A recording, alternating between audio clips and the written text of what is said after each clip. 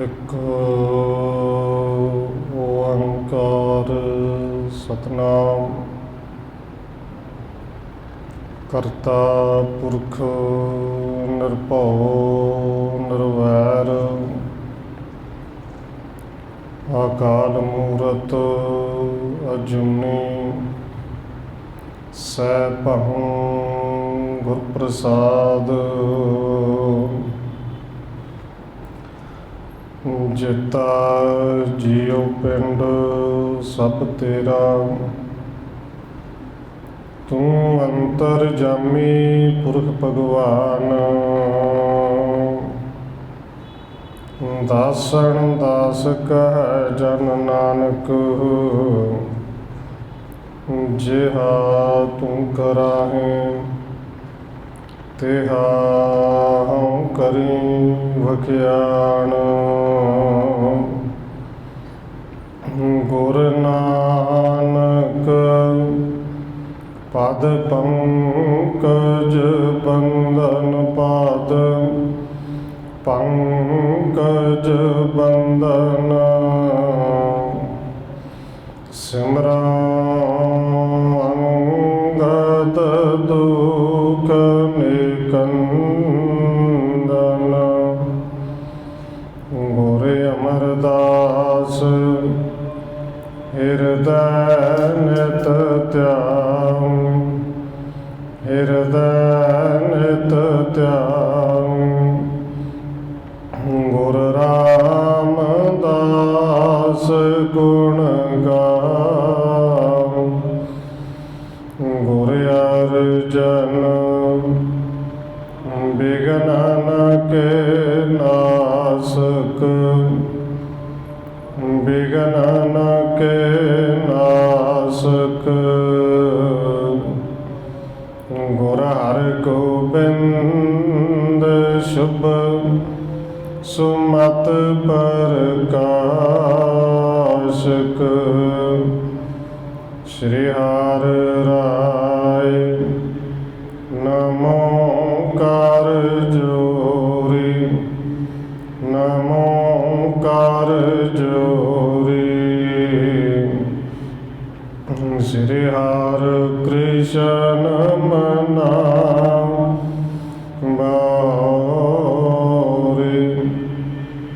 ਗੁਰੂ ਤੇਗ ਬਹਾਦਰ ਪਰਮ ਕਿਰਪਾਲਾ ਜੀ ਪਰਮ ਕਿਰਪਾਲਾ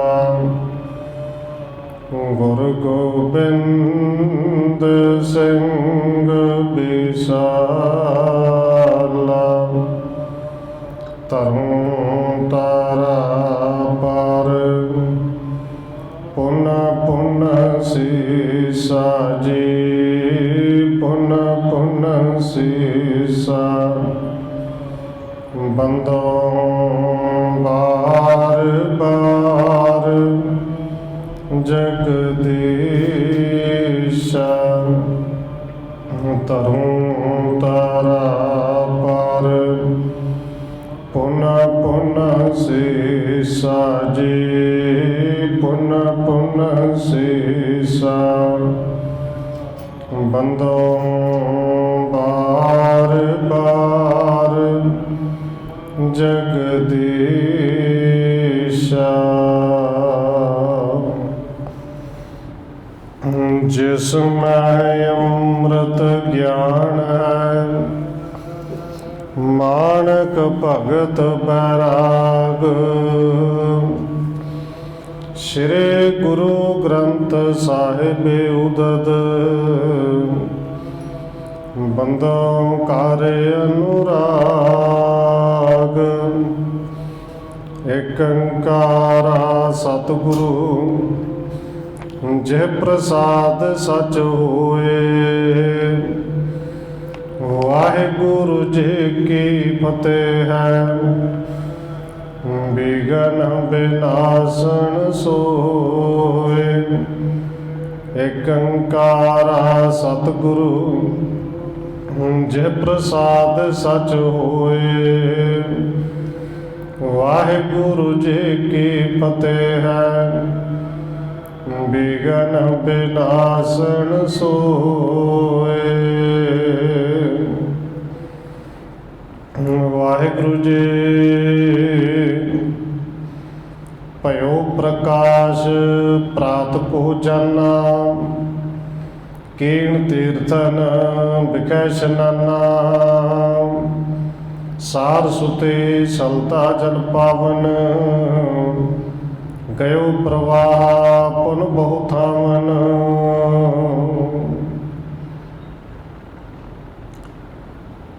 परम सन्मानयोग सतगुरु चवर छत्र तख्त दे मालक हाजरा हजूर जहरा जहूर शब्द गुरु जुगों जुगा टल सतगुरु धन श्री गुरु ग्रंथ साहिब महाराज सच्चे पातशाह जी की पावन पवित्र हजूरी अंदर जड़ बैठे सतसंगी जनों, आप जी वड्डे भागा वाले हो जो सत्कारयोग धन माता राजकौर जी के पावन अस्थान गुरुद्वारा मंजी साहिब विखे शामां दे दीवाना दियां हाजरियां भर रहे हो। आओ रोजाना की तरह धन गुरु अमरदास महाराज जी की चल रही लड़ीवार इतिहास कथा के नाल अगलेरी सांझ पाउण तो पहला असीस बख्शिश करो जी। रसना करो पवित्र, जितने भी जुड़ बैठे लवाओ हाजरी आपको जी। वाहिगुरु जी का खालसा, वाहिगुरु जी की फतेह। भयो प्रकाश प्रात को जाना, कीर्ण तीर्थन बिखै स्नाना। कविराज कवि संतोख सिंह जी अगे लिख रहे हैं कि धन गुरु अमरदास महाराज जी ज्योति जोत जिहड़ा ज्योति नगर है, इत्थे तीर्थ की कथा गुरु के सिखां नूं सुनाई कि जिहड़ा महाभारत का जंग इस स्थान तो शुरू होया।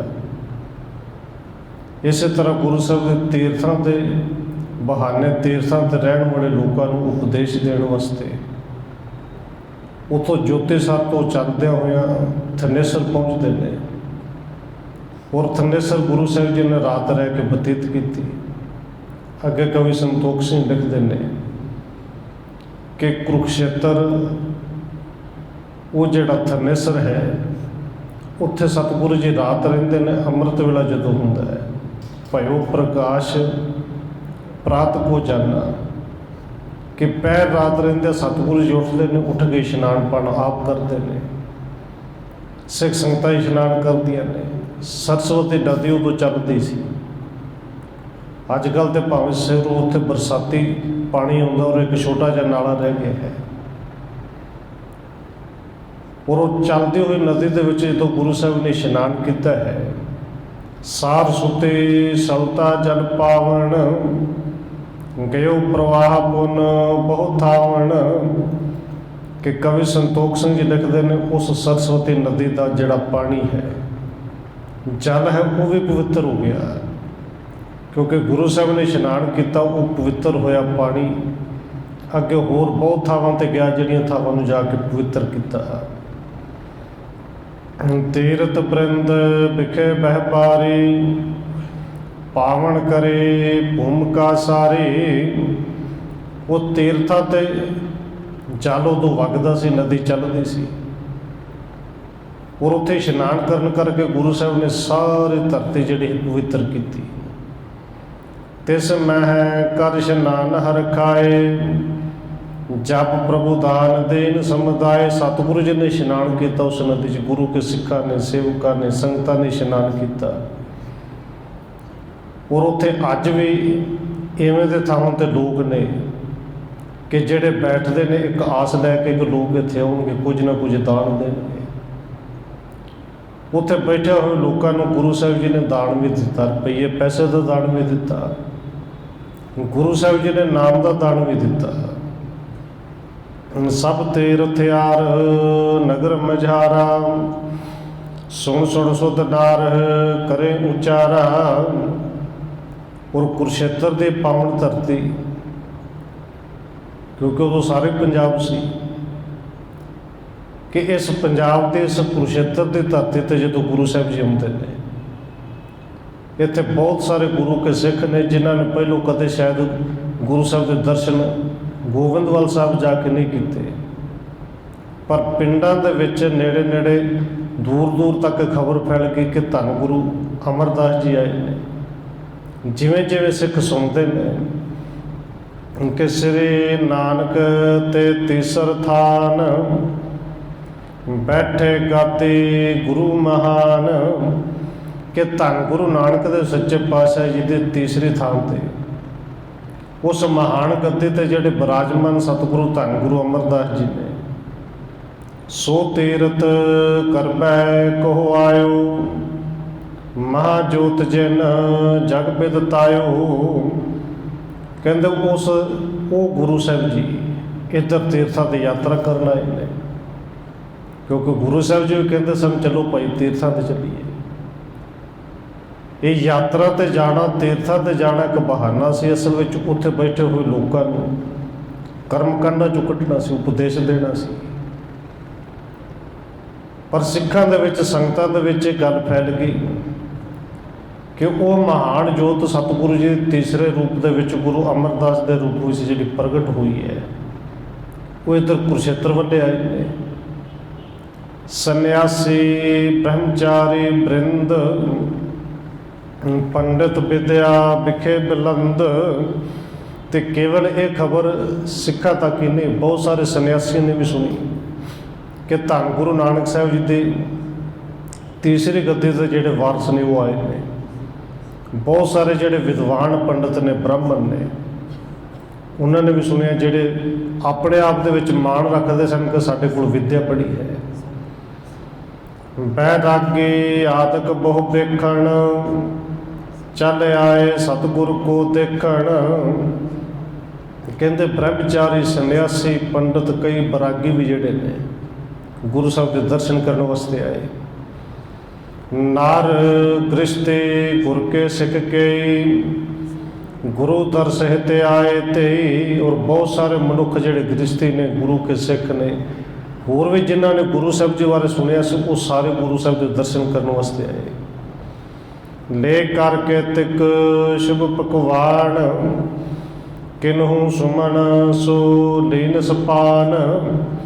कई ने जिन्होंने पहली बार दर्शन करने सन, गुरु साहब का नाम भावें पहलों बड़ी बारी सुनिया सी, गुरु के सिख वो घरों पकवान लैके आए कि संगतां आईयां ने, गुरु साहब जी आए ने, पिंडां दे विचों पकवान लंगर बन के आए। कई ने जिहड़े अपने हत्थां दे विच कुछ फुल लैके आए। को फल मूल लै आए बो करैं, चारों वर्ण भेंट को तरैं। कोई जिहड़ा है फल आदि लिया के भेटा कर रहा है। और इत्थे कवि संतोख सिंह जी कहते हैं केवल सिख या ब्राह्मण नहीं, चारे ही वर्णा के लोग और हर एक मजहब के लोग आके मिलते हैं। दर्शे सतगुर कर कर नमो, भई पीर भारे ते समो। संगतां आके दर्शन करदियां ने। हौली हौली धन गुरु अमरदास जी के चार सफेरे बहुत सारी भीड़ इकट्ठी हो गई। देखत सर्ब प्रताप उचेरे, धरियो स्वरूप जन ज्ञान वडेरे। क्योंकि जिथे गुरु के सिख आके दर्शन करते हैं तो होर लोग भी दर्शन कर रहे हैं, वेख रहे हैं कि धन गुरु अमरदास सच्चे पातशाह का प्रताप किड्डा उच्चा है, किड्डा वड्डा है। और सारे कह रहे हैं कि ये तो इस तरह लगता है जिवें ज्ञान का स्वरूप ही ने, जिवें आप ही ज्ञान ने। पंडित अर सन्यासी वृंदा, टिक बैठे अहंकार बिलंदा। सतगुरु जी इशनान पान करके बैठे ने, दीवान लग्या है। जदों आसा कुवार का भोग पाया गया, संगतां आउण लगियां। हज़ारां की संगत गिणती जिहड़ी सी इकट्ठ हो गया। और उन्हां विच बहुत सारे पंडित जिहड़े सन्यासी ने, जिन्हां कोल विद्या बहुत है और जिन्नी विद्या उस तो ज़्यादा अहंकार है, वो कुछ गुरु साहब के नेड़े होकर बैठे ने। श्री सतगुर को दर्शन करियो, कर बंधन को प्रश्न उचरियो। उन्होंने आके धन गुरु अमरदास जी ਨੂੰ ਜਿਵੇਂ ਦੂਸਰੇ ਮੱਥਾ ਟੇਕਦੇ ਸਨ ਮੱਥਾ ਤੇ ਟੇਕਿਆ, ਨਮਸਕਾਰ ਤੇ ਕੀਤੀ। ਅਸਲ ਵਿੱਚ ਇਹ ਨਮਸਕਾਰ ਕਰਨ ਵਾਸਤੇ ਨਹੀਂ ਸਨ ਆਏ, ਇਹ ਆਪਣੀ ਵਿੱਦਿਆ ਦਾ ਮਾਣ ਹੰਕਾਰ ਲੈ ਕੇ ਆਏ ਸਨ ਕਿ ਕੁਝ ਜਾ ਕੇ ਸਵਾਲ ਪੁੱਛਣੇ। ਨਮਸਕਾਰ ਕੀਤੀ ਔਰ ਗੁਰੂ ਸਾਹਿਬ ਦੇ ਕੋਲ ਹੀ ਬੈਠ ਕੇ ਔਰ ਹੱਥ ਜੋੜੇ, ਹੱਥ ਜੋੜ ਕੇ ਪ੍ਰਸ਼ਨ ਕੀਤਾ, ਸਵਾਲ ਕੀਤਾ। ਸਿਰ ਨਾਨਕ ਜੋ ਕੀਨਸ ਬਾਨੀ, ਤਿਸ ਕੋ ਕਾਰਨ ਪਰੇ ਨਾ ਜਾਣੀ। ਹੁਣ ਉਹਨਾਂ ਵਿੱਚੋਂ ਇੱਕ ਪੰਡਤ ਜਿਹੜਾ ਹੈ, ਵਿਦਵਾਨ ਹੈ, ਹੱਥ ਜੋੜੇ ਨੇ ਪਰ ਉੱਤੋਂ ਜੋੜੇ ਨੇ ਔਰ ਪੁੱਛਦਾ ਹੈ ਸਤਿਗੁਰੂ ਜੀ ਕਿ ਧੰਨ ਗੁਰੂ ਨਾਨਕ ਦੇ ਸੱਚੇ ਪਾਤਸ਼ਾਹ ਨੇ ਜਿਹੜੀ ਬਾਣੀ ਉਚਾਰਨ ਕੀਤੀ ਹੈ ਜਾਂ ਜਿਹੜੀ ਬਾਣੀ ਦੀਆਂ ਪੁੱਥੀਆਂ ਲਿਖੀਆਂ ਨੇ, ਇਹ ਲਿਖਣ ਦਾ ਕਾਰਨ ਕੀ ਹੈ? ਸਾਨੂੰ ਤਾਂ ਨਹੀਂ ਸਮਝ ਆਉਂਦਾ ਕਿ ਕੋਈ ਬਾਣੀ ਲਿਖਣ ਦੀ ਲੋੜ ਸੀ। ਆਗੇ ਹੁਤੇ ਸੋ ਵੇਦ ਪੁਰਾਣ, ਪਠੇ ਸੁਣੇ ਬਿਸਤਰੇ ਜਹਾਨ। ਹੁਣ ਇਸ ਪੰਡਤ ਨੇ ਸਵਾਲ ਕੀਤਾ ਕਿ ਸਤਿਗੁਰੂ ਜੀ ਪਹਿਲੇ ਵੇਦ ਪੁਰਾਣ ਤੇ ਲਿਖੇ ਹੋਏ ਨੇ, ਲਿਖੇ ਹੋਏ ਮਿਲ ਜਾਂਦੇ ਨੇ। ਅਸਲ ਵਿੱਚ ਉਹਨਾਂ ਦੇ ਵਿੱਚ ਜਿਹੜੀ ਬਾਣੀ ਹੈ ਉਹਨੂੰ ਪੜ੍ਹਦਾ ਹੈ ਮਨੁੱਖ, ਸੁਣਦਾ ਹੈ, ਜਗਤ ਵਿੱਚ ਸਾਰੇ ਪਾਸੋਂ ਫੈਲਿਆ ਉਹ ਤਾਂ ਮਸ਼ਹੂਰ ਨੇ। ਸੋ ਕਲਿਆਣ ਕਰਤ ਜਗਿਆਸੀ, ਚੱਲੇ ਕਹੇ ਪਰ ਕਾਟੇ ਪਾਸੇ।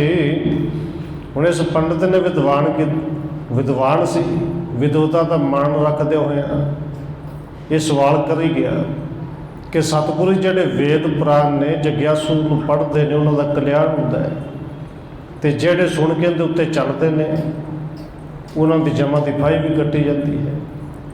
ਫਿਰ ਧੰਨ ਗੁਰੂ ਨਾਨਕ ਸਾਹਿਬ ਜੀ ਨੂੰ ਵੱਖਰੀ ਬਾਣੀ, ਇਹ ਵੱਖਰੀਆਂ ਪੋਥੀਆਂ ਕਿਉਂ ਲਿਖਣ ਦੀ ਲੋੜ ਪਈ? ਮੁਕਤ ਪੰਥ ਕੋ ਨਿੱਕੀ ਭਾਂਤ, ਵਰਣਿਓ ਉਪਦੇਸ਼ ਜੋ ਬਖਿਆਤ। ਇਹ ਸਵਾਲ ਕਰਦੇ ਗਿਆ ਕਿ ਵੇਦਾਂ ਪੁਰਾਣਾਂ ਦੇ ਵਿੱਚ ਐਨ ਚੰਗੀ ਤਰ੍ਹਾਂ ਮੁਕਤੀ ਦਾ ਰਾਹ ਵੀ ਵਿਖਾਉਂਦੇ ਨੇ ਵੇਦ ਪੁਰਾਣ।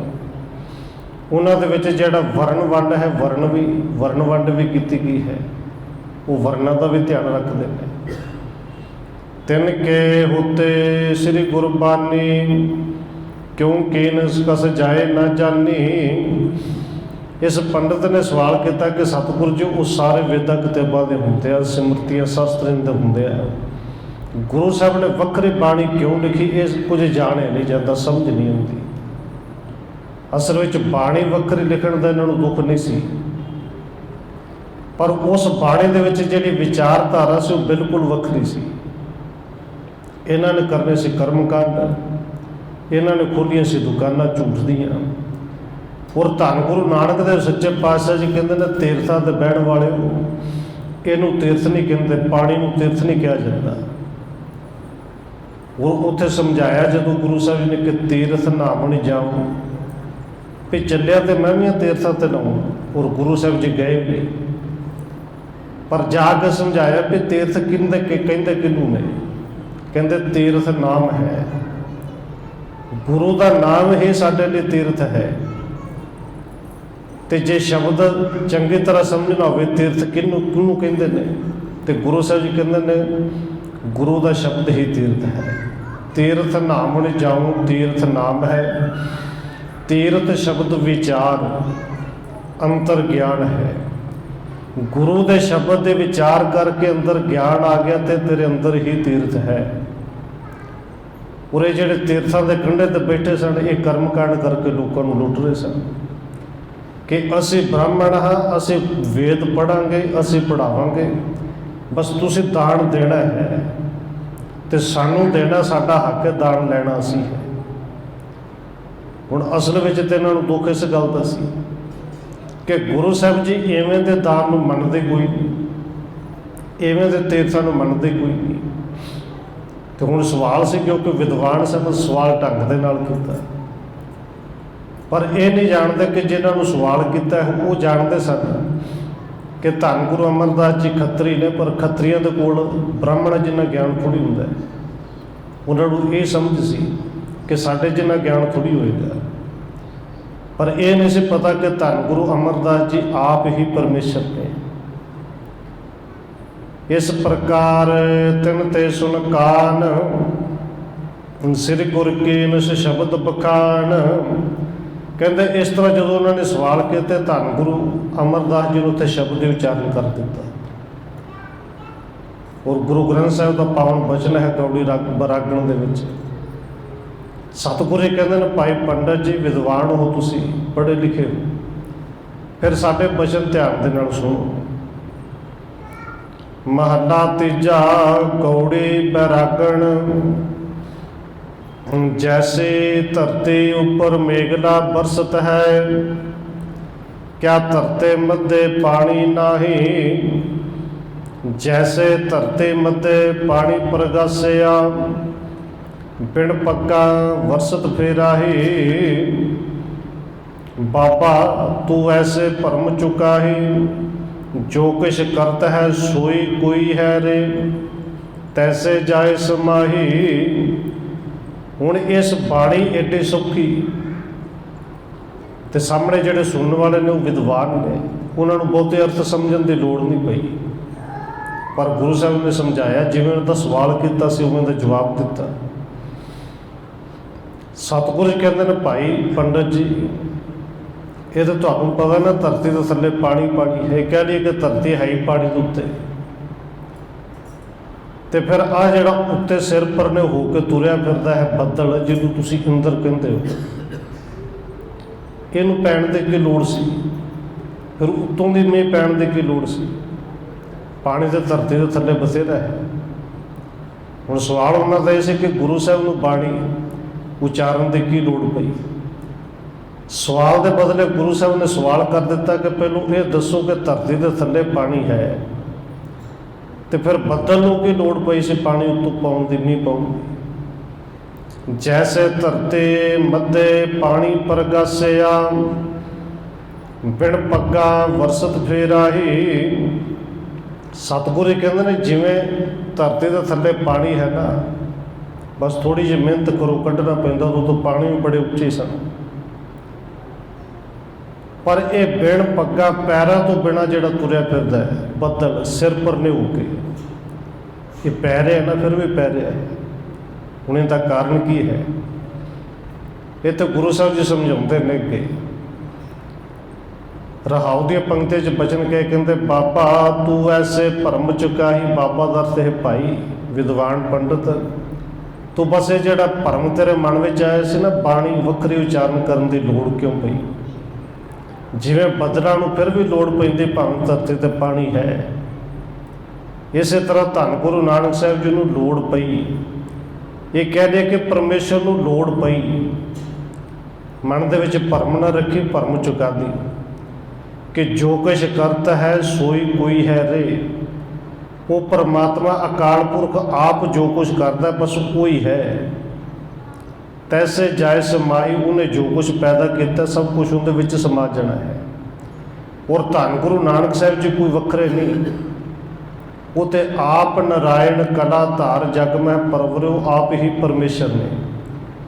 हुण अगे गुरु साहिब जी फिर समझाते हैं कि जो कुछ रब ने बनाया, जो कुछ किया, बना के सारा कुछ पैदा करके उनके विच आप ही समाया हुआ है। वेद पुराणन को उपदेश, किसहूँ को प्राप्त किस देश। सतगुरु कहते हैं भाई पंडित जी, जेड़े वेदां ते पुराणों की गल तुसीं करदे हो ना, वो किसे किसे नूं मिलदा है, किसे किसे देश विच मिलदा है।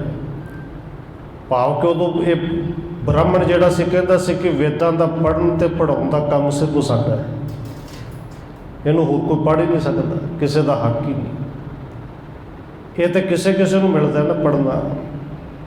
प्रथमे नेकी होवै जात, पुण तिसते चाहे मत अवदात। ਜਿਹੜੇ वेदां दे पुराणां दे गल तुसीं करदे हो तुहाडे मुताबक ही।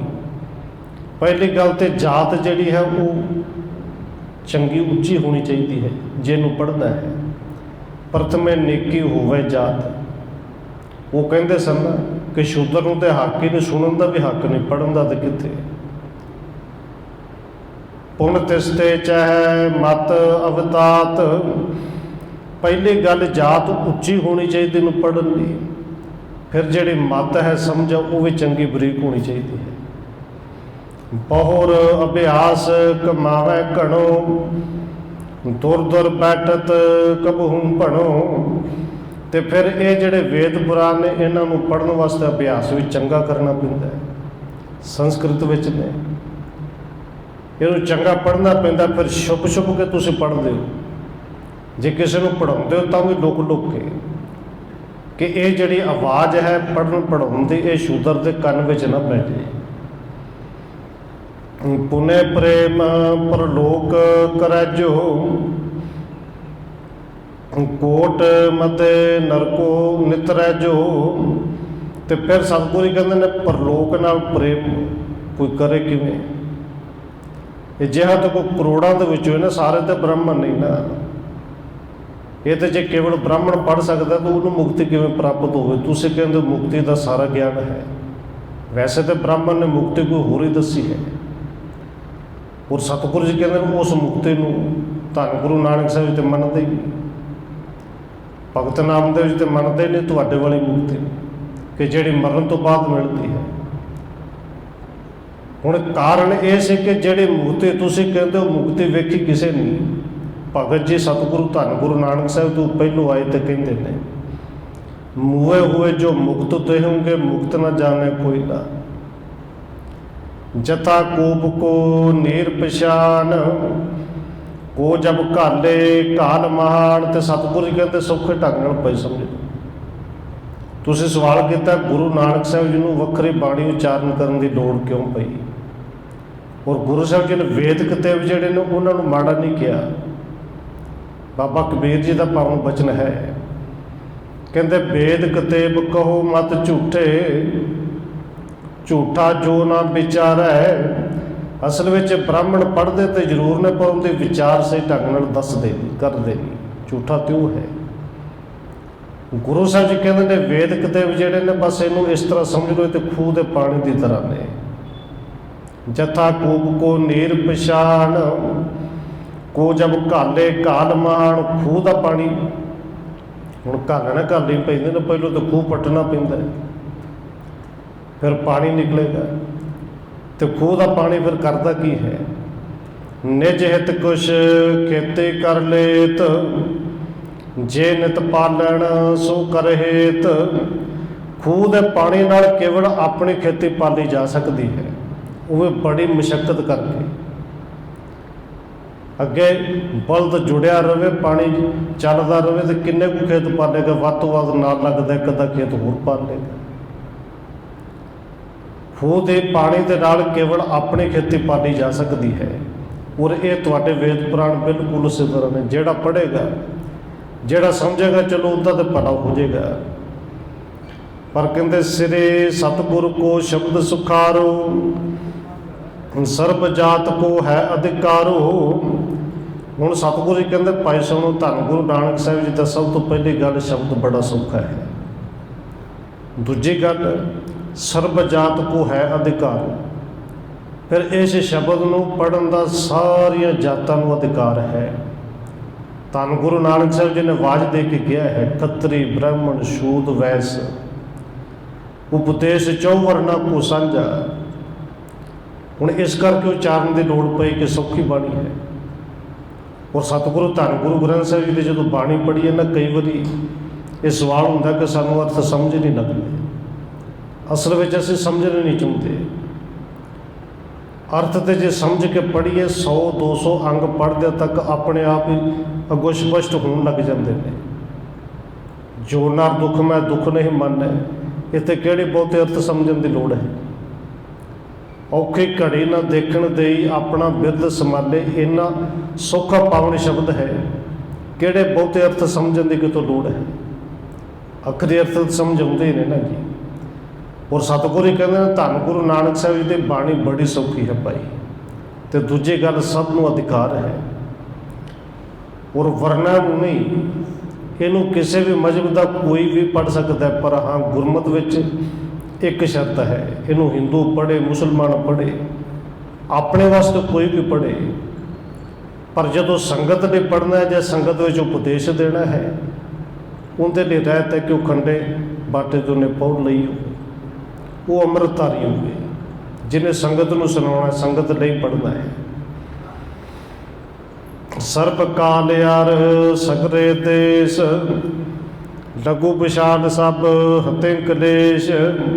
क्योंकि सतगुरु का शब्द सौखा है, इस करके हर समय हर देश में छोटे वड्डे सारे दुखों का यह नाश करने वाला है। धनी निर्धनी सब ले पाए, उठत बैठत हर गुण गाए। और धन गुरु नानक देव सच्चे पातशाह के शब्द तो वो है कि भावें गरीब हो तो भावें अमीर हो, धनी निर्धनी सब ले पाए। उपदेश तो कमाना ही है ना, क्योंकि ब्राह्मण तो विद्या सीखने लिए पैसे देने पैंदे सन, फीस देनी पैंती सी, जिवें ट्यूशन फीस बच्चों को देनी पैंती है, पर वो फीस नूं फीस नहीं सन कहिंदे, जिवें आपां भेटा कह दिंदे। हुण सीधे अखरां विच है तो फीस ही ना जी, कि सत्कार देना, इस करके उस शब्द नूं भेटा कह दिता। और वो कहते हुंदे सन गुरु दक्षिणा, असीं तो दक्षिणा लैनी है, असीं फीस नहीं लैनी। पर धन गुरु नानक देव सच्चे पातशाह के शब्द ये कोई रुपया पैसे नाल थोड़ी मिलता है। इनू कोई गरीब पढ़े अमीर पढ़े ये सारे प्राप्त कर सकते हैं। और फिर इन्ना सौखा उठत बैठत हर गुण गाए। इहदे वास्ते कोई कंडीशन नहीं कि चौंकड़ी मार के ही बैठना है। इनू कोई उठ के चलता फिरता गाए, कोई बैठ के पाए, कोई सौ के लम्मे पै के गाइए, इहदे वास्ते तो शर्त ही कोई नहीं। और फिर गुरु साहब जी कहते हैं, बिना सोच कै करे इशनान, करे भजन पावे कल्याण। बस आ जी गल धन गुरु अमरदास जी कह के गए ना, असल में साडे तो लुकोई गई। और बाबे ने तो वह भी इवें दा पाया जिवें दा पंडितां ने पाया सी। ना जे किसी इशनान ना किया फिर बाणी नहीं पढ़ सकते। अखंड पाठ की ड्यूटी लानी, कहते किसी इशनान करके लाऊगी। किसी इशनान करे तो बिना धोए हुए कपड़े पाए तो बिना तुसीं बाणी पढ़ ही नहीं सकते। पर धन गुरु अमरदास जी कुछ होर ही कह देते, सानू कुछ होर ही कहा गया। सतगुरु कहते हैं, सतगुरु की बाणी तो इस तरह है, बिना सोच कह करे इशनान। भावें सोच इशनान करे तो बिना, भावें सोच इशनान करके। हुण जे तन ठीक नहीं, बुखार है, किते इशनान नहीं हो जाता, मतलब थोड़ी बाणी नहीं पढ़नी। उदम करना है। धन गुरु रामदास जी तो बचन कई बार साझे करने, इशनान गुरु के सिख ने करना है। पर जे कोई नहीं कर सके तो मतलब ये थोड़ी कोई बाणी नहीं पढ़ सकता। इत्थे गुरु साहब जी कहते हैं, इशनान करे या ना करे, करे भजन पावे कल्याण। पर वो बाणी पढ़ सकता है, वो नाम जप सकता है। फिर अगे कहते हैं, नीच ऊच सब को एक सार, तिस पर सुन दृष्टांत उदार। सतगुरु कहते हैं, जेडे सिमरतियां का तुसीं हुणे जिक्र किया है ना, कि साढ़े पहले लिखे हुए वेद ने, पुराण ने, सिमरतियां ने, गुरु साहब को की लोड़ पई। सतगुरु कहते हैं, उन्होंने सिमरतियां दे विच तुसीं ऊच नीच बंदे नूं बना दिता, जातां नूं किसी नूं उच्ची कह दिता, किसी नूं नीवीं कह दिता। पर तुहाडे मुताबक भावें इत्थे कोई ऊच है, भावें कोई नीच है, गुरु घर दे विच सारे इक्को सार ने, बराबर ने। नीच ऊच सब को एक सार, तिस पर सुन दृष्टांत उधार। सतगुरु कहते हैं, इहदे ते एक उदाहरण, एक दृष्टांत देना। भाई पंडित जी उन्होंने ध्यान नाल सुन लो। वेद पुराण कूप जल जैसे, बरसाए को एक कित कैसे।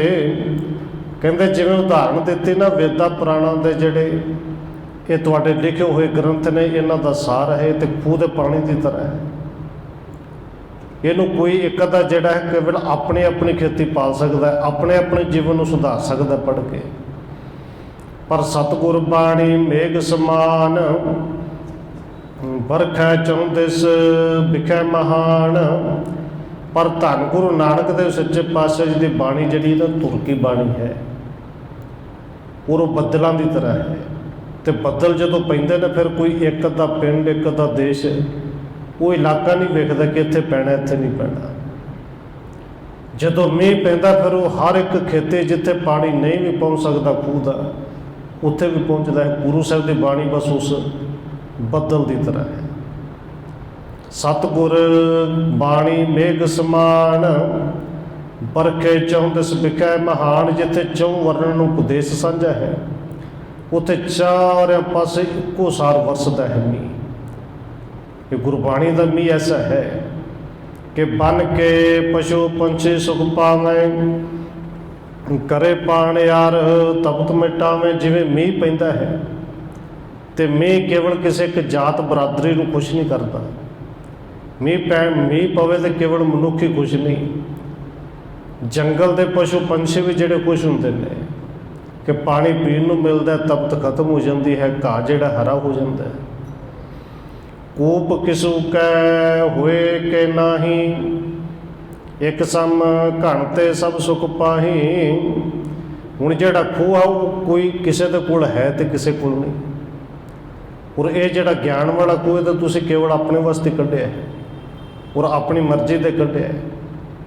ਗਿਆਨ ਭਾਵੇਂ ਕੁਛ ਹੋਵੇ, ਲੋਕਾਂ ਨੂੰ ਤੁਸੀਂ ਜੋ ਕੁਛ ਕਹਿ ਦਿੱਤਾ ਲੋਕਾਂ ਤੋਂ ਹੀ ਸਮਝਿਆ, ਪਰ ਗੁਰੂ ਸਾਹਿਬ ਦੀ ਬਾਣੀ ਇੱਕ ਸਮ ਘਣ ਕੇ ਸਭ ਸੁਖ ਪਾਹੀ। ਜਿਵੇਂ ਬੱਦਲ ਪੈਂਦਾ ਤਾਂ ਸਾਰੇ ਪਾਸੇ ਬਰਾਬਰ ਵਰਸਦਾ ਹੈ, ਗੁਰੂ ਸਾਹਿਬ ਦੀ ਬਾਣੀ ਸਾਰਿਆਂ ਲਈ ਹੈ। ਸਗਰੇ ਖੇਤੇ ਬੋਏ ਪਕਾਏ, ਬਿਨਾ ਯਤਨ ਸਭ ਹੀ ਸੁਖ ਪਾਏ। ਮੀਂਹ ਪਵੇ ਤੇ ਬਿਨਾ ਯਤਨ ਤੋਂ, ਨਾ ਖੂਹ ਗੇੜਨਾ ਪਏ, ਨਾ ਮਿਹਨਤ ਕਰਨੀ ਪਏ, ਪਾਣੀ ਲੱਗ ਜਾਂਦਾ ਹੈ। ਔਰ ਬਿਨਾ ਯਤਨ ਤੋਂ ਬੀ ਪਾ ਕੇ ਉਸ ਨੂੰ ਵਾਹ ਕੇ ਜ਼ਿਮੀਂਦਾਰ ਆਪਣੀ ਫਸਲ ਜਿਹੜੀ ਪਕਾ ਸਕਦਾ ਹੈ। ਤਿਉ ਸਤਿਗੁਰ ਕੇ ਸ਼ਬਦ ਸੁਖੇ ਨ, ਪੜ੍ਹਗਤ ਪ੍ਰਾਪਤ ਜੇਣ ਰੁਕੇ ਨ। ਇਸੇ ਤਰ੍ਹਾਂ ਗੁਰੂ ਸਾਹਿਬ ਦੇ ਸ਼ਬਦ ਬੜੇ ਸੁੱਖੇ ਨੇ ਭਾਈ। ਇਹਨੂੰ ਪੜ੍ਹ ਕੇ, ਆਪ ਪੜ੍ਹ ਕੇ, ਉਹ ਗਤੀ ਜਿਹੜੀ ਮੁਕਤੀ ਤੁਸੀਂ ਕਹਿੰਦੇ ਹੋ, ਆਪ ਪੜ੍ਹ ਕੇ ਕੋਈ ਵੀ ਜਿਹੜਾ ਹੈ ਉਹਨੂੰ ਪ੍ਰਾਪਤ ਕਰ ਸਕਦਾ ਹੈ। ਧਰਤੀ ਬਿਕੈ ਕੂਪ ਕੋ ਪਾਨੀ, ਤਿਉ ਮੇਘ ਬਰਖੇ ਸੁਖ ਠਾਨੀ। ਸਤਿਗੁਰੂ ਜੀ ਕਹਿੰਦੇ ਨੇ ਜਿਵੇਂ ਧਰਤੀ ਦੇ ਥੱਲੇ ਪਾਣੀ ਹੈ ਪਰ ਬੱਦਲ ਫਿਰ ਵੀ ਵਰਸਦਾ ਹੈ ਨਾ। ਇਸ ਕਰਕੇ ਗਿਆਨ ਤੇ ਭਾਵੇਂ ਇੱਥੇ ਸੀ ਪਰ ਉਹ ਖੂਹ ਤੇ ਪਾਣੀ ਵਰਗਾ ਹੀ ਸੀ। ਗੁਰੂ ਸਾਹਿਬ ਨੂੰ ਲੋੜ ਇਸ ਕਰਕੇ ਪਈ। ਇਸ ਕਰਕੇ ਜਿਹੜਾ ਵੀ ਇਹਨੂੰ ਪੜ੍ਹਦਾ ਹੈ, ਜਿਹੜਾ ਵੀ ਸੁਣਦਾ ਹੈ, ਉਹਨੂੰ ਮੁਕਤੀ ਮਿਲਦੀ ਔਰ ਜਿਉਂਦੇ ਮਿਲਦੀ, ਮਰਨ ਤੋਂ ਬਾਅਦ ਨਹੀਂ। ਸਤਿਗੁਰੂ ਦਾ ਪਾਵਨ ਬਚਨ ਆਪਾਂ ਪੜ੍ਹਦੇ ਹਾਂ ਕਿ ਬਾਣੀ ਗੁਰੂ ਹੈ ਬਾਣੀ, ਵਿੱਚ ਬਾਣੀ ਅੰਮ੍ਰਿਤ ਸਾਰੇ। ਹੁਣ ਬਾਣੀ ਦੇ ਵਿੱਚ ਹੀ ਅੰਮ੍ਰਿਤ ਹੈ। ਤੇ ਕਿਹੜੀ ਬਾਣੀ ਦੇ ਵਿੱਚ?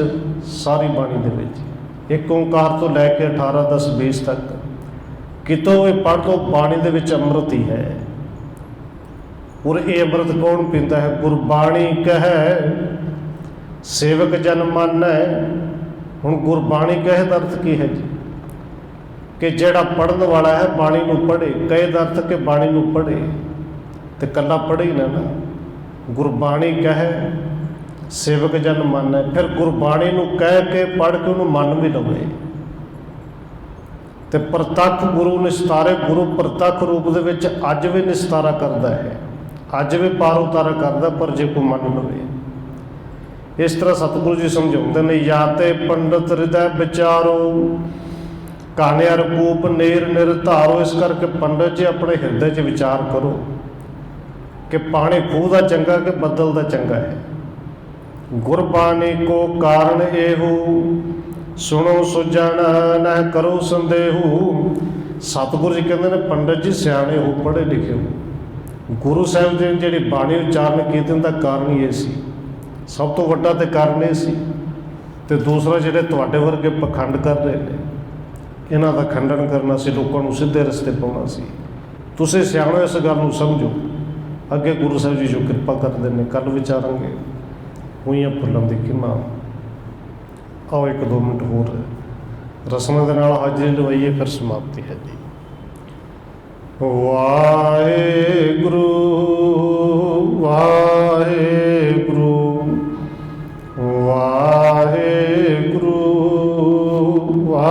ਵਾਹਿਗੁਰੂ।